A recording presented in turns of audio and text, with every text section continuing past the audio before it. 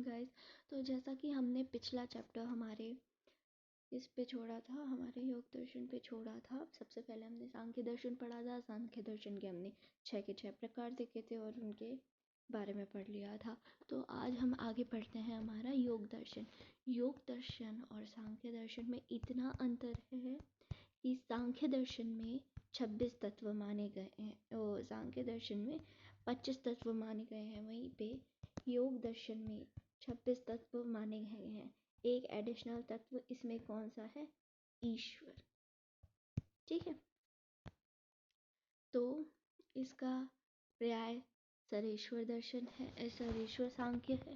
ठीक है, पर्याय याद करना, पर्याय में सांख्य की बात आ रही है, तो पर्याय में सरेश्वर सांख्य है, सांख्य। ठीक है, इसके आचार्य हैं महर्षि पतंजलि, जिस पे पतंजलि एम्पायर खड़ा है। ये मत ये है कि आदि आचार्य का है ने सूत्र के आधार पर योग दर्शन का निर्माण किया है। मतलब देखो, इससे फर्क नहीं पड़ता कि किसने दिया किसने नहीं दिया, लास्ट में निर्माण जिसने किया है मेन वही होता है। योग दर्शन का निर्माण किया, ठीक है, उनके ग्रंथ और उनके बारे में है। अगर ऐसा कोई ज़रूरी है नहीं, वही इसमें वही सेम है, इनके वो है। फिर इनकी रचनाएं हैं, देखो सारी की सारी रचना तो याद करना इम्पॉसिबल है। ठीक है, बस में नहीं हो पाती रचना, क्योंकि फर्स्ट ईयर तुम्हारा जो 1.5 साल का फर्स्ट ईयर है उसमें तुम्हारे पास और भी सब्जेक्ट है, तुम्हारी चरक भी है, तो इतना तो पॉसिबल है नहीं। तो फिलहाल इसके ये देखते हैं इसके प्रमुख सिद्धांत। देखो, सबसे पहले है प्रथम सूत्र, ऊपर चला गया। प्रथम सूत्र मतलब चित्तवृत्ति का निरोध योग है। अपने मन की इच्छाओं का निरोध क्या है? योग है। जब यहाँ से योग शास्त्र का आरंभ करते हैं, चित्तवृत्ति का निरोध रोग है। चित्तवृत्ति पढ़ लिया, मतलब चित्तवृत्ति का निरोध है। तो चित्तवृत्ति होता क्या है, अब वो पढ़ेंगे। वृत्ति क्लिष्ट और अक्लिष्ट भेद से 2 प्रकार की है। जिन वृत्तियों के उत्पन्न होने से मनुष्य का पुनर्जन्म होता है उन्हें क्लिष्ट कहते हैं, और नहीं होता है, मोक्ष की प्राप्ति हो जाती है, वो अक्लिष्ट होता है। ठीक है, वृत्ति 5 होती है: प्रमाण, विपर्य, विकल्प, निद्रा, स्मृति। ठीक है, अब हम फटाफट यही याद करने की कोशिश करेंगे। सबसे पहले प्रथम सूत्र में क्या है? चित्त वृत्ति का निरोध होता है। ठीक है, यहाँ से हम योग दर्शन शुरू करते हैं और यहाँ क्या होता है? चित्त वृत्ति का निरोध होता है। निरोध मतलब रोकना। क्या होता है? निरोध। किसका होता है? चित्त वृत्ति का। फिर हम बात करते हैं चित्तवृत्ति। हम चित्तवृत्ति करते हैं, होती क्या है ये चित्तवृत्ति? चित्तवृत्ति का अर्थात मतलब सबसे पहले तो ये 2 तरह की होती है। वृत्ति हमारी चित्तवृत्ति नहीं, वृत्ति क्लिष्ट और अक्लिष्ट। क्लिष्ट में ये है कि उसका पुनर्जन्म होता रहता है, कि मतलब आता रहेगा वो इस दुनिया में। और अक्लिष्ट का मतलब क्या होता है? कि उसका पुनर्जन्म नहीं होगा और उसे मोक्ष की प्राप्ति हो गई। किसकी प्राप्ति बच्चों? मोक्ष की। ठीक है, वैसे अब वृत्ति 5 प्रकार की होती है।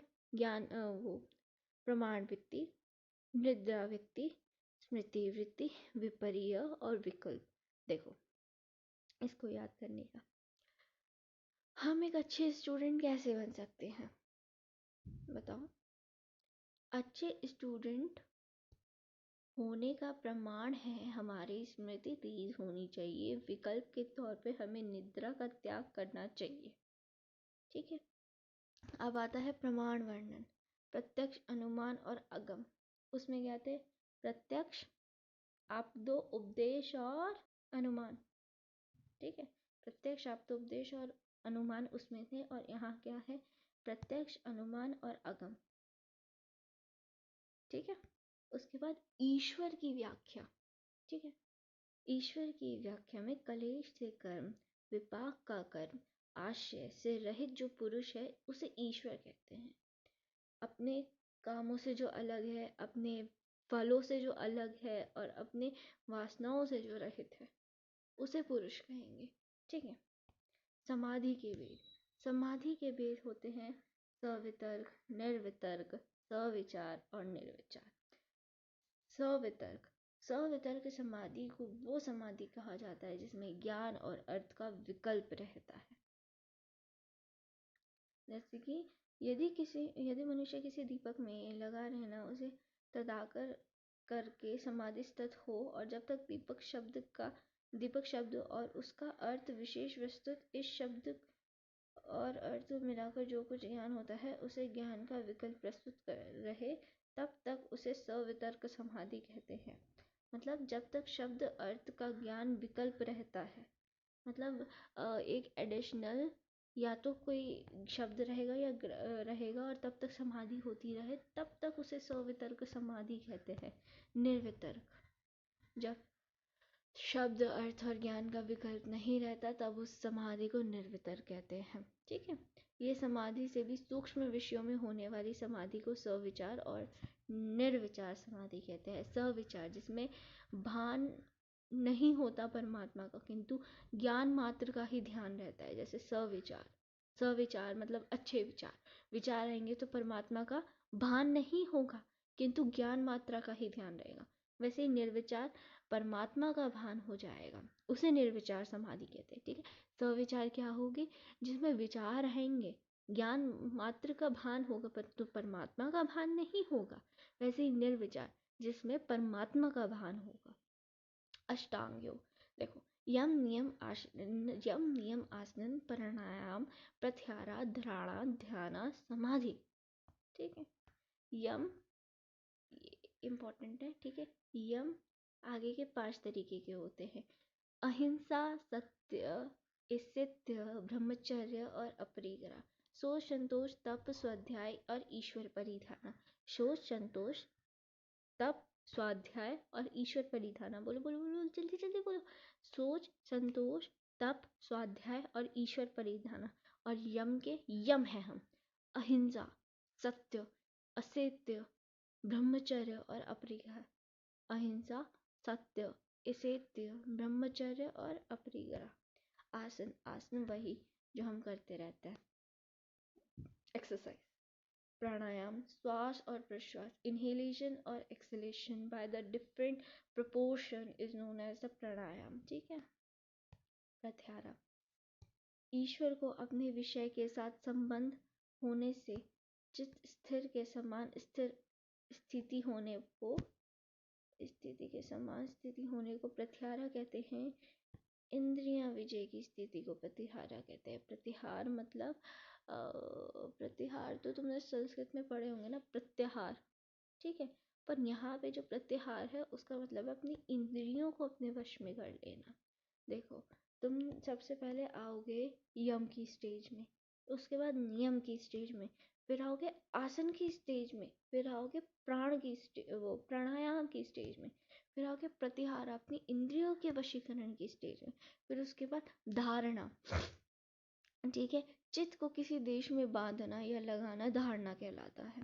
ठीक है, धारणा के ज्ञान का एक सा रहना ध्यान है। ध्यान मतलब स्टेज ऑफ मेडिटेशन। ठीक है, समाधि, इसमें इंसान को प्रत्यक्ष ज्ञान की प्राप्ति होती है। ध्यान में जो ज्ञान एक सा हुआ है उसका केवल प्रकाश और अपने रूप में शून्य सा हो जाए उसे समाधि कहते हैं। धारणा, ध्यान और समाधि के संयुक्त रूप में समय कहा जाता है। हाँ, ये इम्पोर्टेंट है, 1 नंबर में पूछा जाएगा। समय में क्या क्या होता है? धारणा, ध्यान और समाधि। लास्ट के 3, धारणा, ध्यान और समाधि।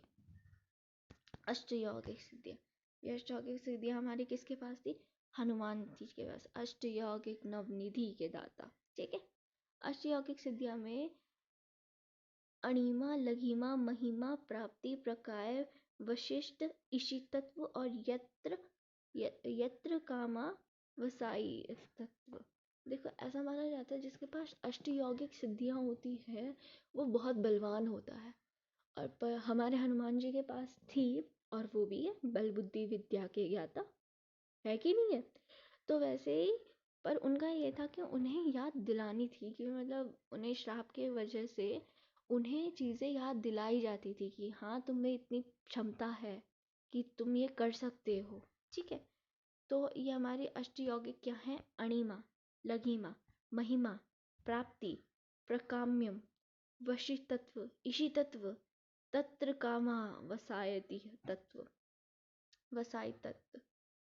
अणिमा अपने शरीर को सूक्ष्म करना, छोटा कर देना, जैसे शरीर के बोझ को हल्का कर सकना, मतलब मैं अपना पूरा फैट गायब कर दूँ। ठीक है। महिमा अपने शरीर को फैलाव में बड़ा करना, ये तो अणिमा था। ये महिमा है। ठीक है, ये नॉर्मल साइज है। ये अणिमा था, ये महिमा है। सब महिमा आपकी गाएंगे, पर एक बार अपने शरीर को तो बढ़ाओ। प्राप्ति, इष्ट पदार्थों को प्राप्त कर सकना। प्राप्ति अपने जो प्रिय पदार्थ है, जैसे कि उन्होंने सूरज को आग समझ के सूरज को बिल्कुल निगल लिया था। एक नॉर्मल इंसान के तो बस की बात है नहीं। तो इष्ट पदार्थों को प्राप्त कर सकना, प्राप्ति। प्राकम्यम, इच्छा का पूरा होना। प्राकम्य, उनकी इच्छा क्या थी? हनुमान जी की राम से मिलना, तो उनकी इच्छा क्या हुई? पूरी हुई। प्राकम्यम, इच्छा का पूर्ण होना, क्या है? प्राकम्यम। वशी तत्व, प्राणियों को वश में कर सकना। वशी तत्व, वैसे इसका कोई लाइव एग्जाम्पल है नहीं हनुमान जी की जिंदगी से। इशी तत्व, ऐश्वर्य संपदा करने का सामर्थ्य। उन्होंने कितना किया है? अतुलित बलधामा, है ना? कितना अतुल्य ऐश्वर्य प्राप्त किया है श्री राम जी के सानिध्य में रहकर। ठीक है। उसके बाद यत्र काम अवसाय तत्र, जो संकल्प किया गया हो वो पूर्ण होना। मतलब अगर उन्होंने राम जी से कोई भी संकल्प लिया कि मैं ये कर लूँगा, मैं वो करूँगा, ठीक है, तो उस संकल्प का पूरा होना। अब आयुर्वेद और योग दर्शन में प्रत्यक्ष अनुमान और अगम प्रमाणों को माना गया है। आयुर्वेद और योग दर्शन में, ठीक है, व्याधि की चिकित्सा के लिए प्राणायाम का वर्णन मिलता है। अष्टयौगिक और अवधारणाओं का भी समर्थक है। 13 मिनट ही है, चलो आगे का भी बढ़ लेते हैं। वैष्णिक दर्शन, वैष्णिक दर्शन के हमने द्रव्य पढ़ लिए थे ना, इसमें षट पदार्थ होते हैं। चलो इसके जो पर्याय है वो है औलुक्य दर्शन, कनाद दर्शन, पाशुपत दर्शन, काश्यप दर्शन, सामान्य तंत्र, सामान्य न्याय, कल्प न्याय। प्रवर्तक है कनाद मुनि। कौन है प्रवर्तक? इसके प्रवर्तक है कनाद मुनि। इसके पर्याय फटाफट देखते हैं। अतुल्यक दर्शन, देखो कनाद मुनि ने लिखा था तो कनाद दर्शन, ठीक है। पाशुपत दर्शन, काश्यप दर्शन, देखो काश्यप भी हमारे एक आचार्य थे, ठीक है, कनाद भी हमारे आचार्य हैं, और पाशुपत को हम मान लेते हैं आचार्य। क्या दिक्कत है? तो 3 आचार्यों के नाम क्या क्या है? कनाद दर्शन, पाशुपत दर्शन और काश्यप दर्शन। अलुक्य दर्शन, याद रहना, ये टिप्स पे रहना, ठीक है। अब सामान्य से हो गए ना ये सारे आचार्य, तो सामान्य तंत्र और सामान्य न्याय, ठीक है। फिर उसके बाद कल्प न्याय, ठीक है, ये याद रखना पड़ेगा। बाकी तो बता दिए। 3 आचार्य के नाम लिख देना पहले, कौन कौन से? कनाद दर्शन, पाशुपत दर्शन और लास्ट में कौन है? काश्यप दर्शन, ठीक है। और उसके औलुक्य दर्शन है, ये तो टिप्स पे रहना चाहिए क्योंकि ये पूछ लिया जाता है। फिर उसके बाद ये तीन आचार्य सामान्य से हैं, तो इनका क्या है? सामान्य न्याय और सामान्य तंत्र। अब परिचय देखते हैं इसका फटाफट से। कनाद मुनि का कहीं वर्णन नहीं मिलता कि ये काश्यप संप्रदाय के उलूक मुनि के पुत्र थे। हाँ, तो मतलब काश्यप जी भी एक वो थे हमारे, वो तो थे ही, उलूक मुनि के पुत्र थे। ब्राह्मण के शिष्य थे। सोम शर्मा नामक ब्राह्मण के शिष्य थे। कपिल मुनि ने अपने दर्शन को वैष्णिक दर्शन नाम दिया है क्योंकि इसका मूल पदार्थ का जो परस्पर विषय है उनका वर्णन किया गया है। विशेषण शब्द से वैष्णिक शब्द बनता है। इसमें इतना कुछ है नहीं, उनके जीवन शैली के बारे में दे रखा है। 10 अध्याय सिद्धांतों की बात करते हैं। अच्छा, इसका रिकैप नहीं किया ना हमने फटाफट, चलो इसका एक बार फटाफट रिकैप करते हैं। प्रथम सूत्र हमारे इसका योग दर्शन का मुख्य मतलब, हमारे योग दर्शन की शुरुआत किससे होगी? प्रथम सूत्र से। प्रथम सूत्र के बाद क्या आता है? चित्तवृत्ति। चित्तवृत्ति में क्या होता है? वृत्ति 2 प्रकार की होती है, क्लिष्ट और अक्लिष्ट। अक्लिष्ट में क्या होता है कि मोक्ष की प्राप्ति हो जाती है, उसका पुनर्जन्म नहीं होता। फिर प्रमाण में कितने प्रमाण बताए थे? प्रत्यक्ष, अनुमान और अगम। ठीक है, ईश्वर की व्याख्या थी हमारी। ईश्वर की व्याख्या क्या थी? विपाक और आश्रय से जो रहित होते हैं, मतलब जो इन सारे विचारों से ऊपर उठ जाते हैं, उन्हें हम क्या कहते हैं? ईश्वर से तुल्य होते हैं। समाधि के भेद, समाधि के भेद सविकल्प, निर्विकल्प, सविचार, निर्विचार। ठीक है, फिर उसके बाद अष्टांग योग, यम, नियम, आसन, प्राणायाम, प्रत्याहार, ध्यान, धारणा, समाधि। एक और बार बोला, यम, नियम, आसन, प्राणायाम, प्रत्याहार, धारणा, ध्यान, समाधि। अष्टयोगिक सिद्धियां अणिमा, लघिमा, महिमा, प्राप्ति, प्राकृता, वशीकर्ता, ईश्वरकर्ता और यत्र कामा वासाय तत्व। ठीक है, ये थे प्रथम सूत्र, चित्त वृत्ति, प्रमाण वर्णन, ईश्वर की व्याख्या, समाधि के भेद, अष्टांग योग और अष्ट यौगिक सिद्धियां। ठीक है, तो उसकी शुरुआत हुई थी हमारी प्रथम सूत्र से। तो इसकी जो शुरुआत हो रही है वो भी किससे हो रही है? प्रथम सूत्र से। ठीक है, आप वैष्णिक दर्शन अथो धर्म व्याख्या श्यामः, अर्थात अब हम यहाँ से धर्म का व्याख्यान करेंगे।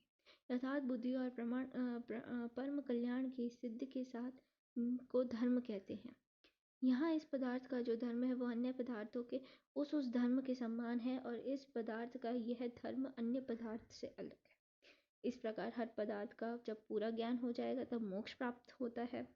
इस प्रकार जब साध्य और वैधम्य, यार मैं कभी कभार सोचती हूँ जिन्होंने ये ग्रंथ रखे होंगे क्या उन्हें मोक्ष की प्राप्ति हुई होगी? पता नहीं यार, इतना मोक्ष कर रहे थे, खुद को मिला था मोक्ष? ठीक है, तो वो हमने प्रथम ग्रंथ के बारे में पढ़ा। प्रथम ग्रंथ के बारे में इस प्रथम भाग में, ठीक है, इसके पहले पार्ट में इसकी व्याख्या करते हुए क्या लिखा है कि ये धर्म को महत्वपूर्ण स्थान देता है, और ये मोक्ष की प्राप्ति का बताता है कि अगर जो इसको समझ जाता है उसे क्या मिलता है? मोक्ष मिलता है। धर्म जिसे समझ आता है उसे मोक्ष की प्राप्ति होती है।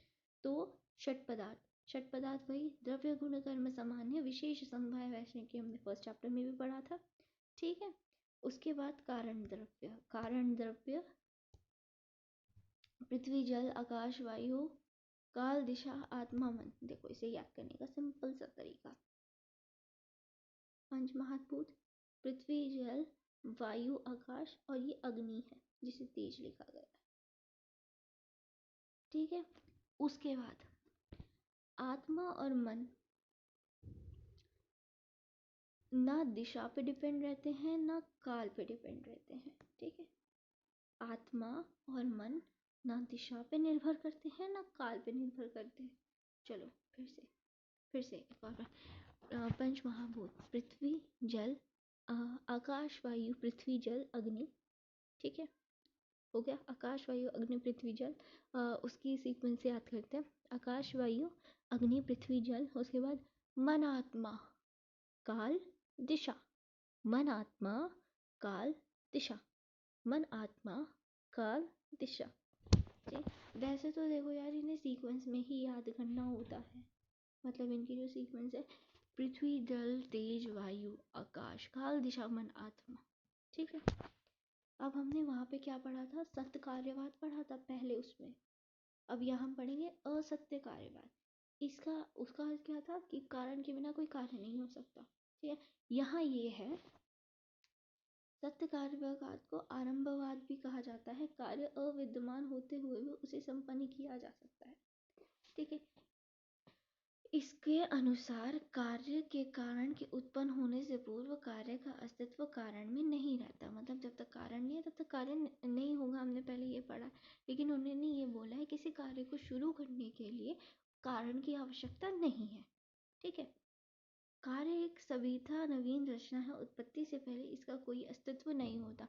जब तक मैं काम शुरू नहीं करती हूँ उससे पहले उसका कोई अस्तित्व नहीं होता।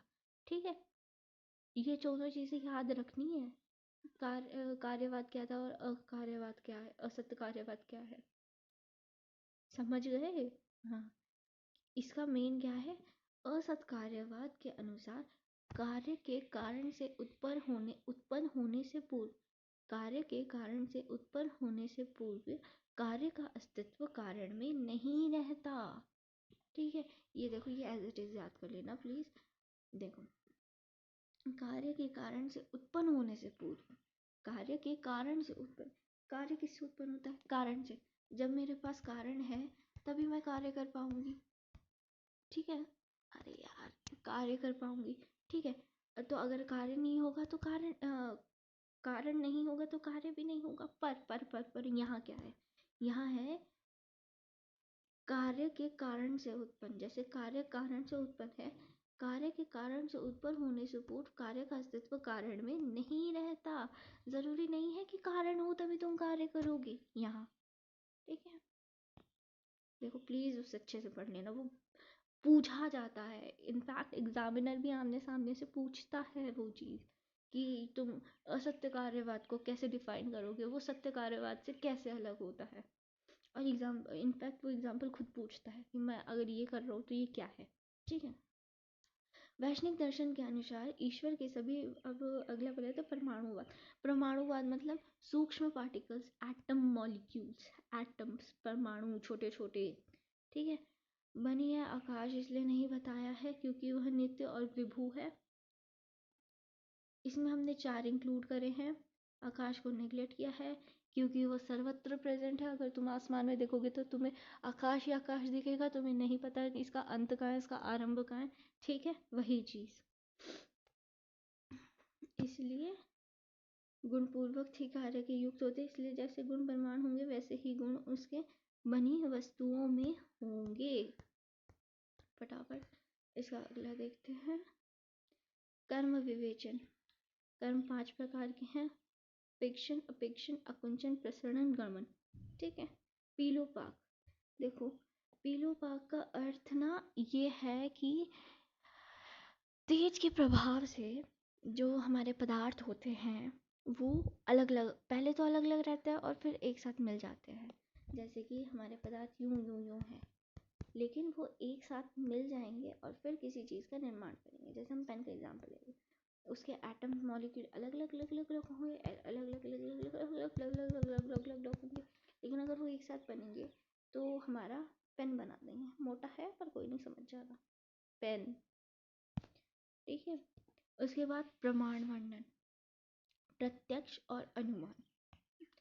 उसमें क्या आते हैं हमारे प्रत्यक्ष, आप तो उपदेश और अनुमान, और बीच में क्या था हमारा प्रत्यक्ष, अनुमान और अगम। इसमें क्या है हमारा प्रत्यक्ष और अनुमान। गुण सांख्य विशेषण, 24 गुण माने गए हैं वैष्णिक दर्शन के। ये रहे गुरु तत्व तत्व, ये 7 गुणों की परीक्षा में माने जाते, तो कुल 24 गुण होते हैं। ये याद करना है, ये इम्पोर्टेंट है। ठीक है, चलो, रूप रस गंध स्पर्श, ये तो हो जाएगा। ठीक है, प्रमाण, पृथक, संयोग, विभाग, परतत्व, अप्रतत्व, बुद्धि, सुख दुख, इच्छा, द्वेष और पत्नी, ये 17 गुण हैं। गुरु तत्व, द्रवत्व, स्नेह, शब्द, धर्म, अधर्म, संस्कार, 7 गुणों की परीक्षा में माना है, तो कुल 24 है। ठीक है, वर्णिक पदार्थों के नामों से सम्यक है, क्रम ही अलग है। 9 कारण द्रव्य हैं, 24 गुण हैं, परमाणुवाद और पीलूपाक है, और द्वारा प्रत्यक्ष और अनुमान प्रमाण का वर्णन भी प्राप्त होता है। अब एक फटाफट वाला रिकैप कर लेते हैं। इनकी शुरुआत किससे होती है? तो यार फटाफट देखो, इसमें थोड़ी सी जगह की कमी पड़ गई थी, तो ये देखो, प्रथम सूत्र से शुरुआत करेंगे, जड़ पदार्थ आएंगे, फिर कारण द्रव्य आएगा, फिर असत्य कार्यवाद, प्रमाणुवाद, कर्म, पीलूपाक। प्रथम सूत्र, उसमें प्रथम सूत्र तीसरे स्टेज पे था जहाँ पे कारण द्रव्य, पर यहाँ पे कितने स्टेज पे है? 4, 8, 8वें स्टेज पर। ठीक है, और फिर आएगा गुण संख्या विवेचन। प्रथम सूत्र में हमने क्या बात करी थी कि किस लिए है? ये धर्म के बारे में बताने के लिए, धर्म का पाठ पढ़ाने के लिए, और मोक्ष की प्राप्ति करता है। षट पदार्थ, वही हमारे षट के षट पदार्थ, और 9 कारण द्रव्य, 5 महाभूत, मन, आत्मा, और ये क्या है? क्या है ये? दिशाहीन और कालहीन है। फिर असत्य कार्यवाद, कार्य मतलब कार्य की उत्पत्ति से पहले का, कार्य की उत्पत्ति से पहले कार्य का अर्थ कारण में विद्यमान नहीं रहता। फिर परमाणुवाद सूक्ष्म सूक्ष्म से बचे हैं, इसमें आकाश को नेगलेक्ट किया है क्योंकि आकाश नित्य और विभु है। फिर उसके बाद कर्म विवेचन है, उत्क्षेपण, अक्षेपण, अनुकषण और प्रसारण, और उसके बाद गमन। फिर उसमें आता है पीलोपाक, छोटे छोटे पार्टिकल से एक चीज़ मिलके बनती है, ठीक है। फिर प्रमाणवाद, प्रत्यक्ष और अनुमान दो ही प्रमाण है। फिर उसके बाद गुण विवेचन, कितने गुण माने गए हैं? 24 गुण माने गए हैं। तो यही था पूरा। चलो फिर हम बाय बाय गाइस।